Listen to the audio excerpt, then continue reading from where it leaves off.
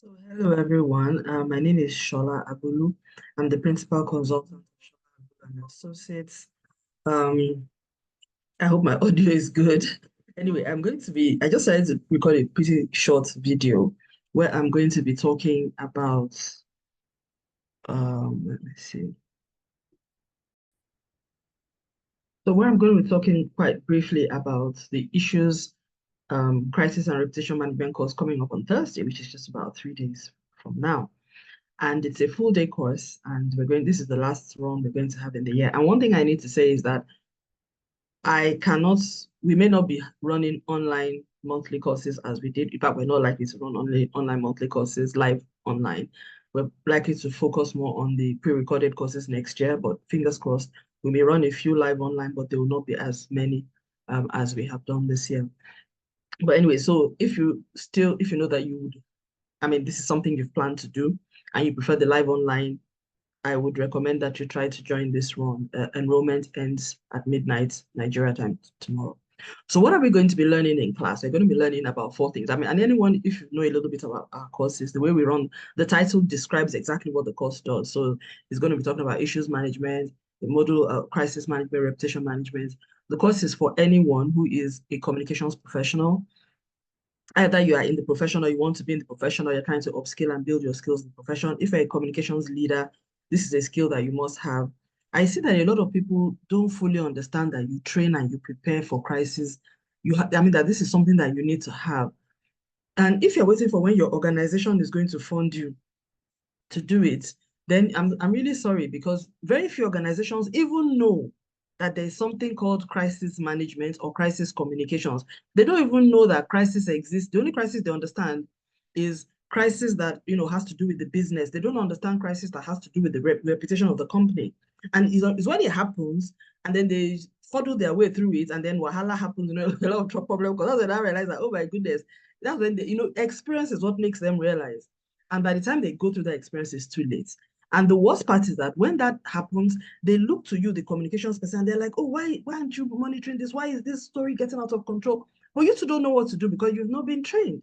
Nobody picks up crisis management capability you can't pick it up on the job, except you're one of those people that works in a company that has non-stop crisis, or maybe you're working in government. Even when you're working in government, somebody needs to take you out of that situation and take you into a class and teach you, because most of the time, what I see happening in most of these spaces are people doing what they think is right, and most of the time messing it up, because crisis management is counterintuitive to the normal way you think about, the normal things that you do that are not crisis related. So unlike if I want to give an example, in normal marketing, for instance, you would and promote yourself. You would say what you like. You're very you think about what you want to tell the audience, not necessarily listening to what it's like, I would say it's product-driven communications. It's like you to the person. In crisis management or communications is the opposite way. You are responding. It cannot be you just saying what you think you want to say, because if you do that or do what you think you need to do, it's going to get worse, because you are in a crisis because people are unhappy with you and they're beginning to take action against you, either through conversation, through activism, through sanctions, whatever the case may be. So at that point, you pushing your own agenda is going to make things worse, because people are already taking up arms around you. So it's a different ballgame. The way you approach crisis communications, crisis messaging, media response and management in a crisis situation is completely different from how you would do it in normal steady state communications that happens on a routine level, either as product communications, marketing communications, service communication, corporate communications, brand communications, whatever.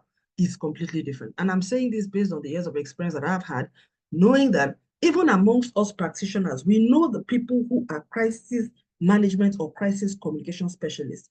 The reason why I keep on advocating and saying that every comms person should know this is because most companies have only one person as a comms expert. Most companies do not have a retainership with a consultant that they can call in at any point in time. Most companies do not have that, particularly in our part of the world. Speaking about Nigerian part of the world, they don't have that. They don't even know that they have that. Oh, and the comms people are always expected to know what to do. And as we've seen, throughout this year, 2025, we've had different cases of comms teams really, messaging going out that shouldn't have gone out, saying the wrong things, business-driven communication that did not have the benefit of very well-informed and robust communications advice. I mean, that's what I suppose. It's also possible that the advice came and they did not take it. But we've seen a lot of examples of brands, big organizations, and institutions really getting it wrong in terms of their messaging in a period of a crisis. So what we do in these courses, we try to break down these things, like I said, the four elements. We go into issues management, which again is a concept that not everybody understands. Most people, when I say issues, they think we're talking about risk. No, we're not talking about risk. We're talking about issues. And what issues management does is completely different from what it's really about recognizing when a problem becomes a reputation issue and how you can then manage it in a way that will make sense for you. And also then crisis communications is, I mean, how it can then you can manage it in a way that makes sense for the organization. And just understanding that difference between what makes an issue, I think is a very, very important thing to know. And we start off from that because there are several ways in which a crisis can happen. Most of the time it happens because there's an issue that has been festering that you guys didn't realize that this thing is likely to become a reputation issue. It's not just about business or organizational issues now. It's really becoming something. It's a slow burn issue. And then certain things then happen, then it now flares up to become a crisis. So when we take you through the training, we show you those things that happen that can let you know that this is becoming something that we need to pay attention to. Management, like the senior leaders, C-suite leaders, MDs, whoever, need to be informed, and so that they know that, this is really getting serious. I mean, what are the things that you need to watch out for? And it also helps you, having that understanding helps you to know when and something needs to, you're at that place where you have to be careful what you say. Because I think that a lot of the messaging that also went out recently that was a bit funny was that people didn't understand the sensitivities. So that's the purpose of this course, to give you that radar, that antenna, whereby you can pick up on nuances even before they bubble up, and you know that, oh my, we need to be careful here. I think, understanding how other things going on within the environment can affect even, what is going on with you in terms of, the way you are perceived. So anyway, just to move on from that. So we now go into crisis communications, where we now introduce the concept of crisis management, what it means, the role of communications, how to recognize a crisis situation as a communications professional. This is very important again, because if you do not understand that you are in a crisis situation, you will not know that you have to bring the organization together and come out with a robust response. You may not know that you need to apply the 4 C's of crisis management, which I have talked crisis response messaging, which I've talked a lot about on my different platforms. We go into that in depth.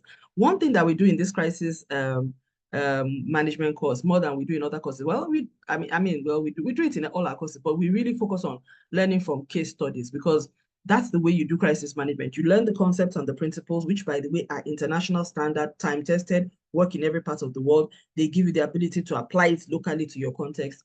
And then we also learn from real life case studies. And our case studies are always things that people are already familiar with, but we break it down for you and let you know, this is what happened, this is this is that.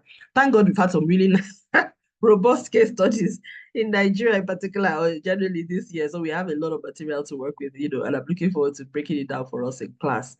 So anyways, so that's that. And then so how to avoid, what to do and what not to do. I found out that in crisis management, knowing what not to do is more important than knowing what to do. I've actually found that out, because most of the time you may not even really know what to do. You sort of figure it out as time goes on, because every case is unique. You can't say, oh, these people had this crisis, so what they did, and therefore you're going to do the same. There will be, your context is different. So you have to really sort of like, again, this is where the principles help, because once you have the frameworks, you then know the questions to ask, you ask the questions and slot it in, and then, it's sort of a strategy just emerges from that. But knowing what not to do will prevent you from making some early rookie mistakes that can really put you in a very bad situation. So and also how to avoid common mistakes. We also identify those common mistakes and we share how to avoid that, and also how to develop a crisis communication strategy, media and social media, and stakeholder engagement and management. We show, so on that course, there are many frameworks that we show you. We show you the issues management framework, we show you a little bit of the crisis management framework, and also the stakeholder management framework. And then, because those are the 3 frameworks that you actually use when managing a crisis. If you don't have a stakeholder management framework, you will not speak to everybody that is active or influential or responsible or can impact how that crisis is managed. You will only focus on the people that you you that are before you or that you think that are important. But when you use that stakeholder management tool, it forces you to think deeply about who is on the spectrum of interest and influence, a very wide spectrum. And after that, you can then determine who will be the, people that you manage more closely, the people that you keep satisfied, the people you keep informed, that kind of thing. Break them into 4 categories. All of that we're going to do in class. And then, we put that all together in a crisis management strategy. Good enough, we have some people who have done this and done it very well in crisis management. So we're also going to those case studies. And what's the value of reputation? We go into that. How to manage reputation in a crisis. People don't know that when you are in a crisis situation, what you're protecting is your reputation, not necessarily your business. Because if you're protecting your business without managing your reputation, the reputation will be damaged and your business will go with it, and it is to pull down your business with it.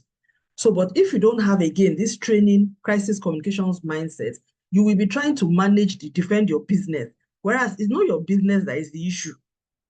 The missile that is coming for your business is the reputation. So that is what you have to focus on managing. When you manage that reputation, it will give you the space and the support and the opportunity to ensure that to protect your business and resolve whatever has been going on with it.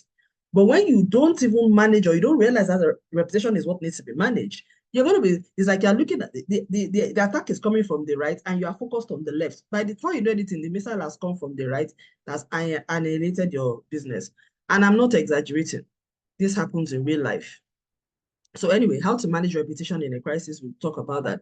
The reason why we have this is so that we understand that when there is a crisis, it's not about, defending our, my side. It's not about, it's about managing or making sure that they don't shut us down or making sure that we continue to earn money. It's more about managing your reputation. And at the end, we now end with, which is how we end all our courses, best practices, how to know if your crisis response is managed well, signs of sustainable de-escalation. I use this word sustainable de-escalation because many people think that once the headlines have gone down, okay, like the social media buzz, 24 hours, 48 hours has died down, or 1 week at the most, then that means the crisis has been resolved. Who said so? That's the biggest mistake. Again, as a comms professional, this is the kind of advice that if you don't know, you will not be able to give your organization. So what I have found, and I'm telling this, just that many of these things I cannot name names, but I have seen situations where that happened to some people, they had some terrible blowouts in the media, crises that went unreported, regulators, kind of really bad things happened over a period of time. And because the media headlines eventually died down, they thought that that was the end of it, but they have had to live since then with the stain of that reputation because they didn't manage their reputation. They were focused on solving the problem and not managing their reputation. They are two different things. I know you have questions. Come and ask me in class. It's different. So they solved the problem, but they did not manage reputation in the process. So the people that they solved the problem with are aware that they solved the problem, but the rest of us did not know.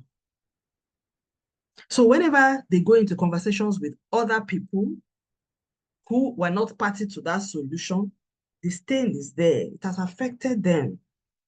In fact, the brand is in a situation of PTSD. That's what happens. And the trauma is real. So, I mean, in the brand course that we do, we talk a lot about reputation. I mean, reputation is such an asset and it is tied to your brand. So if in a crisis, if you don't manage the reputation of your brand, it will damage your reputation and then damage your brand. And after the crisis is over, that problem will be over, but your ability to generate revenue or to go into conversations, flexing the way you have is diminished. It's totally diminished. And I think some of you will know what I'm talking about if you worked in certain places that have had really bad problems, either with their investors or with their stakeholders or some very public mess. Once that reputation is damaged, it's tough. It's much harder to do business. Very, very hard. Because at the end of the day, like I always tell people, we are marketing trust. All of us are marketing trust. We're marketing trust. So once that trust is damaged, you cannot continue at the same pace as you were until you resolve that, you close that trust gap. And those are the kind of things we're going to be teaching in class. So I would really recommend to anybody, I know many of us have schedules, may not be easy to take up that full day work time, but I would encourage you to please try your best to attend if you can.